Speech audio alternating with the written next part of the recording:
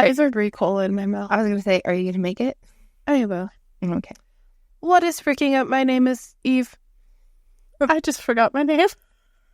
What is freaking up, you guys? What is freaking up? My name is Eve. My name is Sarah. And we are Burnt Out Perfectionist. Happy Monday. Happy Monday to you. Hopefully, future Eve is mildly hearing this and not as sick as current Eve. It'll probably be, honestly, I'm already getting better than yesterday, so. Of course, my voice sounds gross today. It just sounds a little bit deeper.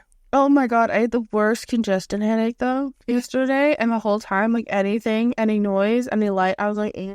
I know you removed all the light from the house yesterday and almost fell asleep. I tried to fall asleep. It didn't work. What is your what's your survive and thrive of this past? Actually, it's been 2 weeks.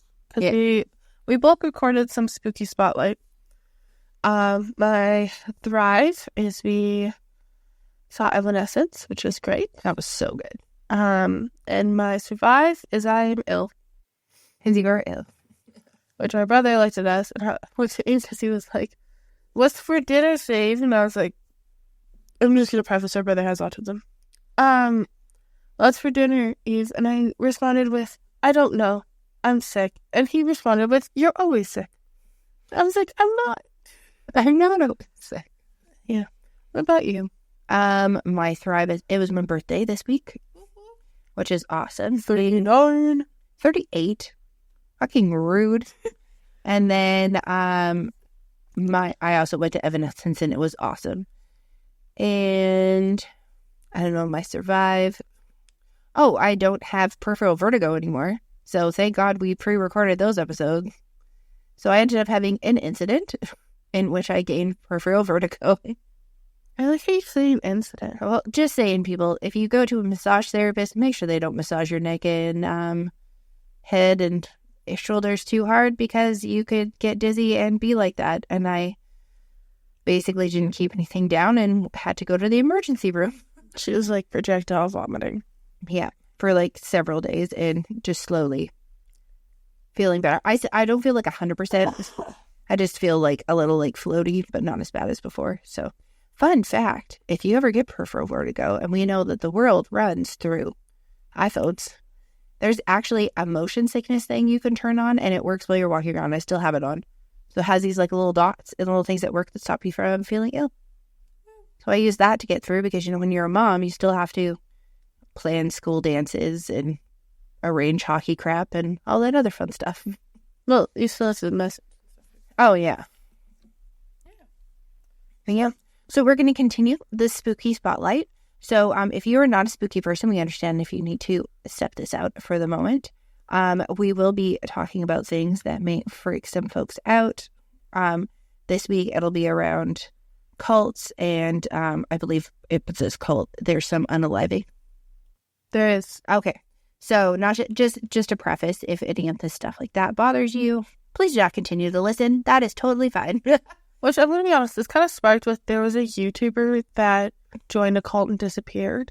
Oh. And they came back, and then also Haley James from Montreal was a part of a cult. Wasn't Shawn Mendes part of a cult too? I have no idea. But I thought he was or something too, but yeah, so we have all of this here. What else was I going to say? Oh, if you're not a spooky person, we have almost 2 full seasons of just regular episodes, so you can go ahead and go into the catch-up list if you're on YouTube, or scroll back and we have a lot of other content in there. Which I also did the math because I was on Threads. So if you go on Threads, it's me on there. Yeah. I'm the one who usually does the Threads because I figured out for the first time how to use it in the past 3 months. And a majority of the people were talking about, I reached my 100th episode for the podcast. So, I did the math. And if we do not miss an episode, our 100th episode will be June 9th, 2025. Oh my god. Why am I getting optimizing storage? Fuck off. Oh, I get that thing all the time that pops up on my computer. We'll see how far we go, and if it randomly cuts off, I'll just have to delete something. Oh, okay. Do you have it plugged in? No, it's not the battery. Oh, that optimizing storage thing, you just close it. Mine comes up on my desktop all the time. Oh my god, it's so annoying. Oh, it drives me nuts. So the specific cult that I want to talk about was called the Heaven's Gate cult. It was started a while back, but it kind of completed its journey in 1997. So this is obviously prior to my time. When you think about cults, it doesn't feel like, I feel like they're like olden times. Like, I don't feel like cults are still around, but then people bring them up and I'm like, I've always been fascinated with cults because I do not understand, like, I don't think I would be part of one, and I don't think I would not understand someone trying to put me in one. And I always wonder, like, what kind of mindset people are in, like, what allows them to shift into that, to, like, join stuff like that. I know some people are, like, born into them or whatever, or they have a tendency of preying on people who are going through, like, hard times and stuff. But, like, I don't know, I'm always fascinated with stuff. I am too, because I always think, like, a lot of people say, oh, I'll never join a cult. And then it's like they join a cult. I think people think a lot of religions are kind of like a cult. I know there's a lot of people, or like MLM. Yeah. Stuff like that. So the reason I want to talk about this too is it ended in a mass suicide in 1997. Oh. Which we'll get into more. But I also thought, wow. Which, like, I feel like the majority of the mass suicides that I think of for cults is like Jonestown. Or Waco, Texas. Yeah. But a lot of them, I feel like they just kind of, either someone gets arrested or... Usually it's like the FBI or ATF or ICE or someone, like, breaks in. They take the person down for something like tax fraud, and then they go in and interview all the people and find out, like, all these other, like, horrible things that are happening. Like, there's one that's, like, really popular that's in British Columbia still. I think Bountiful still exists. Oh. There's, like, still. Well, like, what? I know, there's, like, a bunch of random ones, or, like, that one that I was talking about where I went on the ride with my friend. It was, like, all the way at the top, and we were, like... Yeah, not a fan of that. So, the two founding people were Marshall Applewhite. Born in 1931 in Texas, Applewhite had a turbulent academic and personal life, which included a stint in a mental institution. He claimed to receive messages from a higher being. And the second person was Bonnie Nettles, a nurse who met Applewhite in the early 1970s. They became partners in both life and belief, referring to themselves as the two, or the two witnesses. Nettles, at the time of their meeting, was going through a divorce and a spiritual crumb. It kind of gives, like, Joker and Harlequin vibes. It was literally... when I was doing research into this, I was like, this is giving Joker. Because, like, well, basically what my understanding was, obviously, a lot of this information is based off of what has become public, is that Nettles frequently was Applewhite's nurse. They kind of gained that interaction, gained a love, and then once he was released from the institution, they continued that relationship. Oh, that is, like, ridiculously Joker and Harlequin. Literally, I was like... Except she was the main psychiatrist. Well, at least in most of the versions. Which, like, obviously, I know that Joker and Harlequin are not two weird people, but still gave me the... Yeah. The philosophical beliefs with the Heaven's Gate kind of blended Christianity, Buddhism, and UFO beliefs, proposing that the Earth was a temporary stop for human souls. Members believed in the concept of next level, where acquisition would occur via shedding their human forms to join an extraterrestrial civilization, believing that God was an alien. I really love when you read this, though, because I collected the information and stuff, so part of this is, like, Sarah's initial reaction. Yeah. So it's like... Some of the words, though, like, I'm like, what? It's like Joker and Harlequin mixed with, Bonnie and Clyde. Yeah. Yeah. Key beliefs were, like, some key events was, it was formed in 1974. They initially attracted followers through teachings about spiritual evaluation and the promise of transformation. Oh. Utilized various outreach methods, including street preaching, distributing literature, and fostering a strong communal bond among members. The two would refer to as teachers. Which the class was a combining of things like Jesus coming back to Earth as aliens controlling the land. Those become classmates, and still to this day, they will call themselves classmates. No. In 1985, Bonnie dies of melanoma metastatic of the liver. This sent shocks to their group, and now they believe that their bodies are damaged, and to move up to the next level would be to complete the cycle of life. Oh. Believing that they are alien visitors that would require to shed their human sins to go to heaven. Which, well, this is what I found really interesting, is that they thought Earth was a temporary stop, and that they would go up, and then it's like your leader dies, and they're still going along with it. that's what I'm like, where's this mindset? Like, what part of the brain activates? I would love to know if there's one of those. Like, you know where they do brain mapping on, like, they'll do, like, ADHD or autism, or they'll do, like, Parkinson's. Like, they do all that type of stuff. I'd love to see one for someone who's actively in a cult and someone who's not in a cult. So this was also before technology became quite big. So in the 1990s, they evolved and embraced technology, creating a website to disseminate their message. Their teachings would become more structured, culminating a series of videotapes discussing their philosophy and preparations for ascension. Okay, so in 1997, it's when the mass suicide happened. So circumstances leading to the tragedy, Comet Hale-Bopp, discovered in 1995, the comet was seen as a sign. The group believed that a spaceship following the comet would transport them to the next level. In March 1997, members felt the time had come for them to exit the Earth vessels, culminating in tragic decisions, which is so funny. I actually remember when this comet came because, I was 9. Like, I feel like this is like you catch somebody in a lie and they keep on, like, making it more complex. Talking, and all of a sudden they go, oh my God, did you see that shooting star? That's a sign that we need to do blah, blah, blah. And you're like, what? Okay. I just feel like it was going to cease again, and I was like, is it coming? On March 26, 1997, members methodically executed their exit plan, with each following a script of their beliefs. They arranged their belongings, left messages, and even recorded a farewell video. Autopsies revealed that the most had ingested the lethal cocktail willingly. Oh. Which, again, Jonestown. Yeah. Cultural impact and legacy. Media representation of mass suicide received widespread coverage, sparking debates on mental health, religious freedom, and cult dynamics. Documentaries such as The Heaven Gates Cult came out in 2020. And the various true crime podcasts explore the group's beliefs and the psychology behind their actions. Public perception of cults. Heaven's Gate has become a touchstone of discussions on the danger of cults, highlighting the need of awareness around psychological manipulation and social isolation. Which still, like, it just baffles me because I feel like they start off with, like, a purpose of that this is a stop in combining different religions. Yeah. And then it's like, oh my God, I see a comet. Let's do it. Suddenly it's like, aliens. Now give me all your money. Like, what? It's very much like, if your friend jumps off a cliff, would you jump off a cliff? I mean, lemmings. Yeah, and I'm like, what are you... Oh, sorry, at any point, like, they didn't seem, from my understanding, it didn't seem like any sort of weaponized violence. So weird. And that people, like, villainly did this. And I'm like, why? And then I'm also like, there was like no political type game. It's just somebody with a god complex. Yeah. Well, he thought that he was having a... But he also believed that Jesus was coming down. I know. All of these just don't make sense. No. The psychology of the cult, the foot in the door technique. Initial low commitment beliefs leads to deeper involvement, preying on those who feel like they don't belong. So that's kind of what's thought to be the reasoning on how he got his class, his students. Oh, that makes sense. So community and isolation. The group's closed environment fostered intense loyalty and dependency.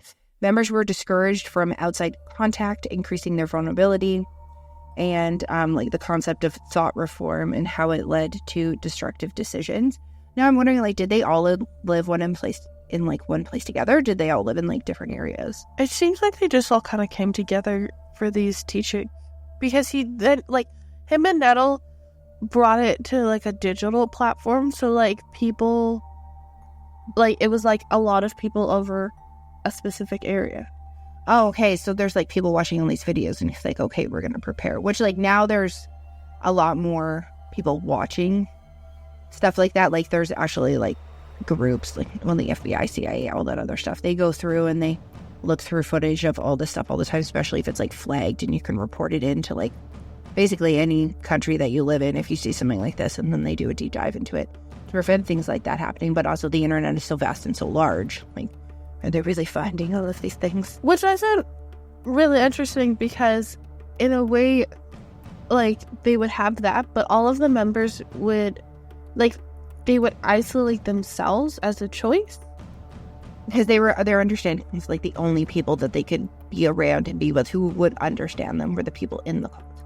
But, like, they wouldn't even, like, they practiced celibacy, so they didn't even sleep with other members. Oh, it wasn't a sex cult? No, that was the other thing. I was like, they practiced celibacy and they abstained from material possessions, believing that they were distractions to spiritual goals. They held regular meetings and engaged in discussions of their beliefs. So the turn down of things like that, where it's like, oh, I don't want you to buy anything or anything, is usually so that way they save money so they can give money to the people who are... Like, also, like, you would think that they would... Usually there's some sort of, like... Usually there's something weird like that. I mean, you never know. There could have been, but... Two of the notable figures was David E. Smith, who was one of the first members who helped with logistics, and Ricky D. Rife became a prominent member and helped with outreach. Post the impact on the families of deceased and the fallout of the media caused ongoing mental health and religious freedom. The Heaven's Gate has influenced other groups in our cult-related discussion. I don't know if you saw it as well. I know, I scrolled. Okay. Which, like, I feel like a lot of cults, they haven't... I don't even know how the fuck that just happened. A lot of cults, like, when you think of cults, they're usually, like, following one person. And I'm gonna be honest, it's usually a man. Sometimes it is, yeah. And it's usually some sort of, like, underground mission that the government or that God or that something else is watching you and that aliens are coming to attack you, to bring you to a higher level. Oh, I found this thing that I was looking at. So I found an article from Rolling Stone that was the Heaven Gates 20 years later, 10 things you didn't know. Oh yeah, the cult borrowed a lot of imagery from, like, science fiction, so, like, Star Wars and Close Encounters of the Third Kind. It was like a Star Wars Marvel cult. Yeah, they brought some sci-fi to the group, resulting in theories that Mary had been taken aboard a spaceship and impregnated with Jesus. Which, like, I feel like... I understand that he was at a mental institution, but I would just like to know how high this man was when he was thinking. Oh, another thing was they would reference, like, missions and alien planets, like in Star Trek.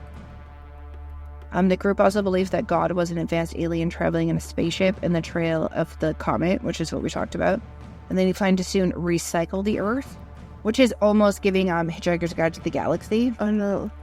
And which is, like, a famous book, but also, like, a really funny movie, which I was trying to figure out who the main guy was, and of course it's Sam Rockwell. When is it not Sam Rockwell? Those movies. So many of these things, like, when you're reading it, it sounds like, I feel like the Big Bang Theory would be a part of this cult. Oh, yeah. So, like, in one of the examples was in September 1975, the group visited a small town of Waldport, Oregon, to give a lecture about how UFOs were going to make contact with the human race. And, like, 150 people, like, packed the hall. And at first the town thought it was a joke, but soon, like, 20 people. And then it was, like, 30 people. They packed up, said goodbye to their loved ones, and followed this person. It was like, no, what? I'd love to know, like, the reasoning behind it. Like, I know that they like to prey on those people. This was the other thing. Okay. This is what, like, blew my mind, because people still do this fucking thing until, like, even nowadays. Members were devoted to the master cleanse. So aside from abandoning your family and turning all of your money, turning over all your money, cult members were asked to cleanse their bodies of the impure influence of things like fast food, impure sexual thoughts, and they often involved things like the master cleanse, which was invented in the 1940s by Stanley Burroughs and republished in 1976 in his book, The Master Cleanse. So if you haven't had it before, it's the one where it's like lemonade with cayenne pepper and maple syrup. But this is the best part, is like, this is where they figured the manipulation came in, is they drank nothing but this mixture for 3 months straight. So they weren't, like, of sound mind, because, you know, they were running on spicy lemonade. Spicy lemonade. I was trying to, I remember I was like, there's something in here where I was like, what? Which, like, you know what I find really insane too, is, like, that's still a thing to this day. I know, like, there's famous people who do it to, you know, lose all the weight for that horrible part. So 39 dead members of the cult were found on Wednesday, the 26th. It took over 3 days, and people died over a course of 3 days. And suicides were far from simultaneous. The members killed themselves starting Sunday using a combination of phenobarbital alcohol and hydrocodone, probably consumed with applesauce or pudding, and the members then put plastic bags over their heads and suffocated to death. After they were covered in shrouds. And Applewhite's late death was a late death, but not the last to die. The last food you chose to consume was pudding. You hate pudding. Labeled The Routine, the document outlined a process in which a group of 15 people would kill themselves, assisted by 8 other people. Then a second group of 15 would die, also assisted by 8 people. Given the 39 victims were found, that would have left a final group of 9. Where are the 9 people? Well, they still refer to each other as classmates. Oh, yeah. So I think they could be out and about still. Oh, that's disturbing. That they could still be out and about? Yeah. You never know. Oh, they were teaching people to break out of their Western mental state. Oh, this is the next level was a place without gender, and that led to castration. That's what the celibacy was part of, too. I was like... Applewhite and other members underwent the procedure to help ensure they remained celibate. Applewhite, who had been fired as a music professor at the University of St. Thomas in 1970, after administrators learned he had had sex with a male student, sought cures for homosexual urges. He wanted to find a way to have platonic relationships where he could develop his own full potential without sexual entanglements. Castration, Applewhite believed, could make that easier. Ultimately, the group instituted a strict no sex, no human level relationship, no socializing rule. But he was still allowed to be with Bonnie.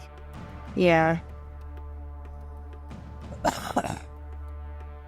What is it? Through the decision like this, they were always left up to members. Eight followers were castrated voluntarily, including Applewhite. They couldn't stop smiling and giggling. They were excited about it. Which, like, were they a part of the master class when they did that? That's the whole thing, is the cult went for its last supper together. Heaven's Gate members were cut off from their families and friends afar. We talked about that, made them into recluse. The final meal together was a big group dinner that took place at a chain that had frequented near their compound in Rancho Santa Fe, California. It's always hot places. The hell? It's a week ago Friday, just before their suicides, just a day or so before enacting their meticulously planned suicides, the cult went out for its last supper together at Marie Callender's restaurant in Carlsbad. They all ordered the exact same thing. It was set up before they came in. They all had iced teas to drink, dinner salads beforehand with tomato vinegar dressing, turkey pot pie for their entree, cheesecake with blueberries on top, and they seemed very nice and very polite, and no one thought anything at all. 2 surviving members likely still operate the cult's website. One of the best ways that Heaven Gates paid bills was the website design group called Higher Source. Their website is still online. This was in 2017. Clients describe Higher Source employees as diligent and professional.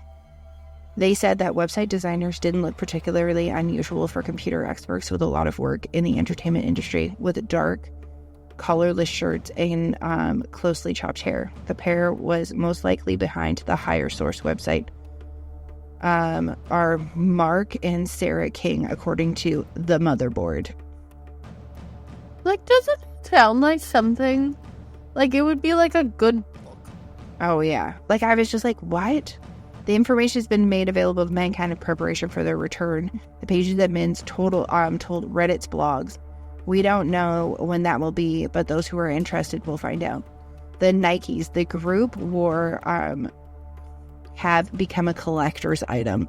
When the Heaven's Gate members were discovered, they were all wearing identical black and white Nike Decade sneakers. And the company soon discontinued the style due to the massacre associations. Since then, the shoes have become a collector's item, and an unworn pair apparently discovered in a storage unit in Arizona went for $6,660. I want to know who bought that. I would like to just state that number again. $6,660. An unworn pair of Nikes. Nike exactly did not appreciate the free advertising. Obviously not. Could you imagine the CEO just getting the news? There's been a massacre. Oh, okay. They're all wearing Nikes in the specific brand. God damn it. I know it says they were most likely just purchased in bulk and not necessarily the style. Classmates adopted names of the cult members. And, like, when people advertise them or selling them, people actually put, like, part of the Heaven's Gate cult. Like, how messed up is that? That's so messed up. I know people who collect shoes who would never fucking touch that with it. Like, but even think about mass murderers and stuff like that, and they're like, "Ooh, this is the hammer that killed somebody." Why? No. I just need to do a PSA for all the people who are watching all these, like, documentaries about all these people. Okay, so Ted Bundy, why, and all these other ones where people are becoming like, oh, Zac Efron was so hot in that movie, or Evan Peters, he was so cute in that movie. And guys, these are movies about people who are murderers, who are literally killed people, and now they're being turned into, like, a publicized show, which is exactly what they wanted in the first place. Yeah, is to be continued member, just like Marilyn Manson. The Mendez brothers. Yeah, that's the new one that just came out, the Mendez brothers one. But, like, there's all these things that come out, but then people are like, oh my god, but these guys are so hot. Like, if you watch those movies and your first reaction is, oh my goodness, that guy is so cute, in the words of Evan Peters, please go see Kelp. Like, I want to know your hobbies. Yeah. Because when I watch a show, I watch a lot of rom-coms. I watch a lot of comedies. I watched I watched the Evan Peters one. Oh, yeah. My voice is not one. The Jeffrey Dahmer one. I watched the first episode or so, and I wasn't going, oh, damn, Evan Peters. I was going, oh, I am uncomfortable. I was like, oh my god, that freaks me out. Like, stuff like that freaks me out. Like, oh, Zac Efron or Dylan Sparks, all of these ones were feeling like, oh my god, he's so hot when he just murders people. And I'm like, that's like when people watched You. Oh, and he also said the same thing. He's like, people would be like, oh my god, Joe's so hot. Or the same thing happened. I can't remember the guy's name, but the guy who plays Dexter. He's like, I'd be like, oh my god, Dexter's like a superhero because he does blah, blah, blah, blah. And he's like, Dexter was a mass murderer. He was literally the butcher. Yeah, he's like, where in your brain did you go, damn? I go, I'm sorry, do you watch Halloween movies? And you go, oh my god, Pennywise? Oh my god, Michael Myers, he's so hot. Look how slow he walks. Oh my god, Jason. And somehow he gets there so fast. Mike Myers, you look like you need a knee replacement. But yeah. Or Scream. Oh my god, the guy who played Scream was so hot. There were people who said that because it was Matthew Lillard and Skeet Ulrich for the first one. I don't care. That's still fucked. I know. Oh, it still is. And that's the whole thing. It's like, guys, that's not what it's supposed to be about. It's okay. I saw a TikTok the other day where a girl was like, oh my god, Beetlejuice is so hot. And I'm like, you know that's Batman, right? That's Michael Keaton. No. What? He's a crusty, like, zombie man. Like, what?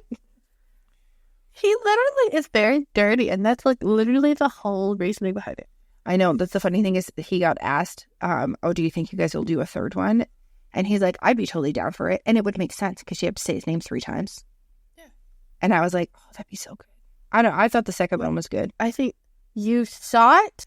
As we said we were going to go get. You literally asked me if I wanted to see it. I was like, yeah, I'd love to see it. Yeah, and then it wasn't in any theaters where we live after like 2 weeks. And I was like, what the fuck? Halloween, I find really hard to like find things on because I'm just like. My favorite thing is you have the hardest thing with Halloween and I have the hardest thing with Christmas. So I think my issue with it is Mom and I watched High Potential. And within 2 minutes, I already knew who the murderer was. And I think because I've watched so many crime shows, yeah, I just get really bored. Oh, I totally get it. And she's like, well, we're both like, god damn it.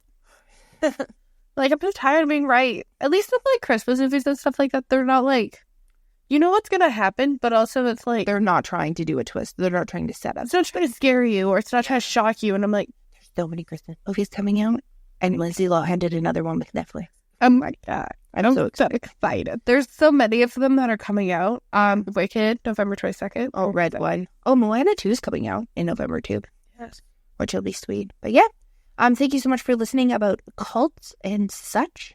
If you have any other fun ones you think we should dive into, we still have 2 more episodes worth of content we have to do. So please make any suggestions that you can. Please like, subscribe, and share. And we do episodes every Monday and they show up at 6 a.m.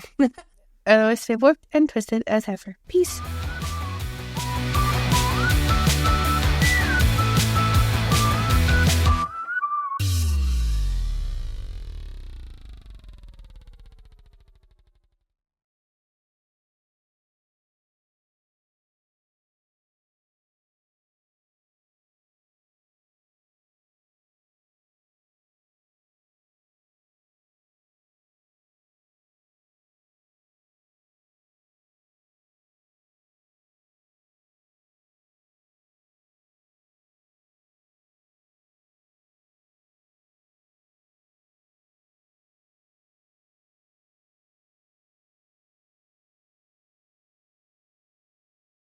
Thank you so much for listening to us on YouTube. You can find us on all of the socials: Instagram, Pinterest, TikTok, Facebook, Snapchat. But if you're more of a, just an audio type person, we're on Spotify Podcast, Apple Podcasts, Amazon Music. I think we're on Pandora, iHeartRadio, and you can also check us out on the RSS feed. Thank you so much for listening, and feel free to go re-listen to some of the episodes that we have.